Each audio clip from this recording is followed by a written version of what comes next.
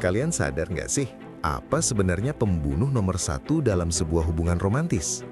Ternyata bukan orang ketiga, bukan mertua yang galak, dan bukan juga jarak yang memisahkan. Jawabannya ada di dompet kalian. Ya, uang. Studi menunjukkan bahwa masalah finansial adalah salah satu penyebab perceraian terbesar di dunia. Uang itu unik, teman-teman. Dia bisa jadi tiket kalian buat liburan romantis ke Bali. Tapi, dia juga bisa jadi pemicu perang dunia ketiga di rumah cuma gara-gara masalah stroke belanja atau hobi yang dianggap boros. Mungkin sekarang kalian lagi ngerasa stuck. Tiap bahas uang, ujung-ujungnya debat, diam-diaman, atau malah saling menyalahkan. Tapi saya janji, tonton video ini sampai habis. Karena hari ini, kita nggak cuma belajar ngitung duit. Kita akan ubah uang dari musuh terbesar menjadi sekutu terkuat untuk merekatkan hubungan kalian. Siap untuk menyelamatkan hubungan dan dompet kalian sekaligus? Yuk, kita mulai. Poin pertama, komunikasi, the financial date. Oke, langkah pertama dan ini yang paling fundamental. Ubah cara kalian ngobrol. Banyak pasangan itu baru ngomongin uang pas lagi kepepet, pas tagihan kartu kredit meledak, pas uang sekolah anak kurang, atau pas tanggal tua. Akibatnya apa? Otak kita merekam bahwa ngomongin uang itu sama dengan stres, panik, dan emosi. Mulai sekarang, buang kebiasaan itu. Saya mau kenalin konsep yang namanya kencan keuangan atau financial date night. Coba deh seminggu sekali, misalnya tiap Jumat malam, luangkan waktu 15-20 menit aja. Tapi syaratnya, suasananya harus enak. Seduh kopi favorit kalian, siapin camilan, putar musik santai. Di momen ini, terapkan aturan no blame zone, dilarang menyalahkan. Jangan ada kalimat kayak, "Kamu kok boros banget sih beli kopi kekinian tiap hari?" Ganti nadanya jadi solusi. Misalnya, "Sayang, pengeluaran jajan kita minggu ini agak tinggi nih. Gimana ya strategi kita minggu depan biar tetap bisa nabung buat liburan akhir tahun?" Survei membuktikan pasangan yang rutin ngobrol santai soal uang minimal seminggu sekali, tingkat kebahagiaannya 3 kali lipat lebih tinggi. Jadi bayangin, cuma 15 menit ngopi bareng bisa nyelamatin kalian dari jurang pertengkaran. Poin kedua, visi bersama, dream board. Nah, setelah komunikasinya cair, kita masuk ke tahap kedua, visi keuangan bersama. Seringkali kita malas berhemat karena kita lupa buat apa kita berhemat. Kalau isinya cuma dilarang beli ini itu, hidup rasanya menderita kan? Makanya, kalian butuh tujuan yang bikin hati berbunga-bunga. Saya tantang kalian nih berdua buat bikin papan impian keuangan. Kedengarannya klise ya? Tunggu dulu, ini powerful banget. Coba cari gambar rumah impian kalian, yang dapurnya luas, yang halamannya asri, atau gambar tempat liburan eksotis yang pengen banget kalian datengin.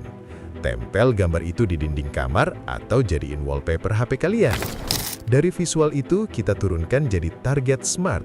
Contohnya, kita mau beli rumah seharga 800 juta dalam 5 tahun. Artinya, kita butuh DP 150 juta. Berarti, setiap bulan kita harus sisihkan sekian juta berdua. Ketika kalian punya visi visual kayak gini, nahan diri buat nggak ganti HP baru atau nggak beli baju diskonan itu rasanya bukan pengorbanan, tapi perjuangan. Kalian bangga melakukannya, karena kalian tahu uangnya bukan hilang, tapi lagi OTW berubah jadi rumah impian kalian. Membangun mimpi bareng inilah yang bikin ikatan batin kalian makin kuat. Poin ketiga, sistem anggaran dan jatah preman.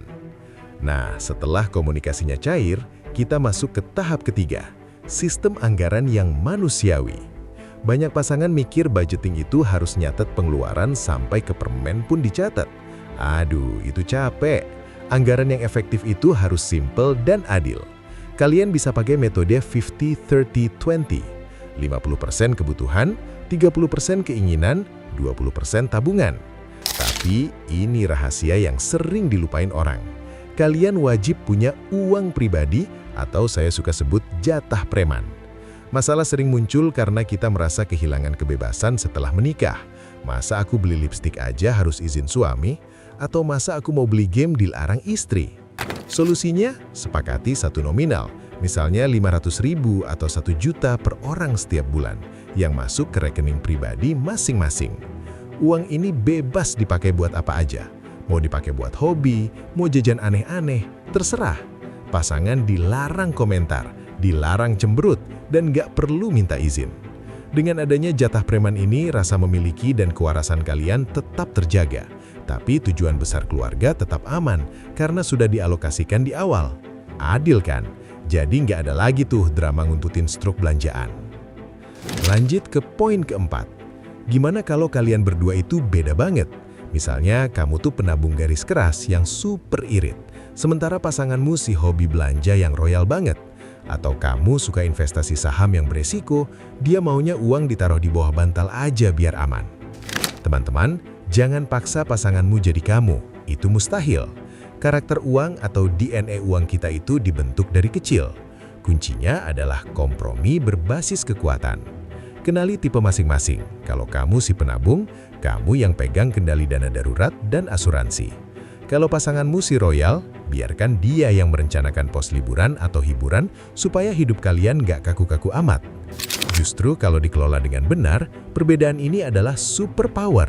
Si penabung bertugas ngerem biar nggak boncos, si royal bertugas ngegas biar hidup bisa dinikmati. Win-win solution kan? Jadi jangan jadikan perbedaan sebagai alasan berantem, tapi sebagai pelengkap. Terakhir, dan ini mutlak penting, dana darurat hubungan. Ini bukan sekedar dana darurat pribadimu, tapi ini adalah rompi anti peluru buat rumah tangga kalian. Bayangin amit-amit ya, tiba-tiba ada PHK, sakit mendadak, atau atap rumah bocor parah banget. Kalau nggak ada uang dingin, stres finansial itu bakal berubah cepat banget jadi amarah ke pasangan. Suami jadi gampang marah, istri jadi gampang tersinggung. Targetkan kumpul minimal 3-6 bulan pengeluaran rutin keluarga di satu rekening terpisah. Jangan dikasih akses kartu ATM biar nggak gatal ditarik. Kenapa ini penting? Karena rasa aman finansial itu obat penenang terbaik. Pas krisis datang, kalian gak panik saling menyalahkan. Tapi kalian bisa tenang dan bilang, tenang, kita punya dana cadangan. Kita bisa lewatin ini bareng-bareng. Itulah investasi paling cerdas buat kedamaian hubungan kalian. Teman-teman, ingat ya, uang itu hanyalah alat. Tuannya adalah kalian berdua. Jangan biarkan alat ini menghancurkan cinta yang sudah kalian bangun susah payah. Mulai hari ini, coba jadwalkan kencan keuangan pertama kalian. Beli martabak, duduk bareng, dan mulai bermimpi lagi. Nah, dari 5 strategi tadi, mulai dari kencan keuangan, papan impian, sampai jatah preman, mana sih yang menurut kalian paling susah atau paling menantang buat diterapkan ke pasangan kalian? Coba curhat di kolom komentar di bawah ya, saya pengen baca dan diskusi bareng kalian. Kalau kalian merasa video ini bermanfaat, jangan lupa klik like dan subscribe, supaya kita bisa terus belajar membangun hubungan yang kaya hati dan kaya harta. Terima kasih sudah menonton, sampai jumpa di video selanjutnya.